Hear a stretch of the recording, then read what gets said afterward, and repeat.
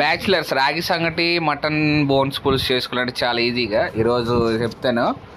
ముందుగా ఉల్లిపాయలు, టమాటాలు, పచ్చిమిరకాయలు అన్నీ కోసేసుకొని గిన్నెలో వేసుకొని నూనె పోసుకొని అందులో ఉల్లిపాయలు, పచ్చిమిరకాయలు, టమాటాలు వేసేసి అవి బాగా ఉడికిన తర్వాత అల్లం పేస్ట్ వేసి అందులో మటన్ కూడా వేసేయాలి.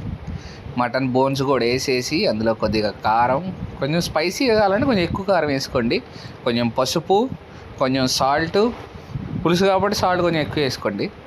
వేసుకొని బాగా కలిపి పెట్టేసేసి అలాగ మూత పెట్టి ఒక 5 నిమిషాలు నార్మల్గా వండిన తర్వాత అప్పుడు కుక్కర్ మూత పెట్టాలన్నమాట. అట్లా కుక్కర్లో ఒక 5 లేదంటే 4 విజిల్స్ వచ్చేంత వరకు అలా ఉంచేసి పక్కనే రైస్ కూడా పెట్టేసుకొని ఈలోపు మటన్ ఉడుకుతూ ఉంటుంది పులుసు, ఈలోపు ఒక పక్కన రైస్ కూడా పెట్టేసుకొని అది బాగా ఉడికి మెత్తగా అయిన తర్వాత రాగిపిండి తీసుకొని అందులో పోసేసి అలా కాసేపు ఆగి దాన్ని బాగా కలిపేయాలి.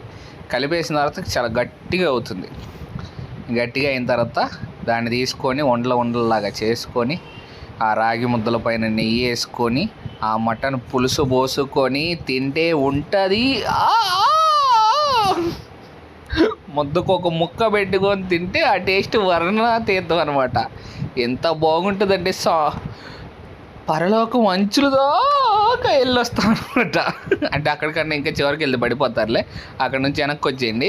అంచుల దాకా వెళ్ళి చక్కగా తినేసి కమ్మ కడుపు నిండా తినేసి పడుకోండి. మీకు ఇంతే. బాయ్.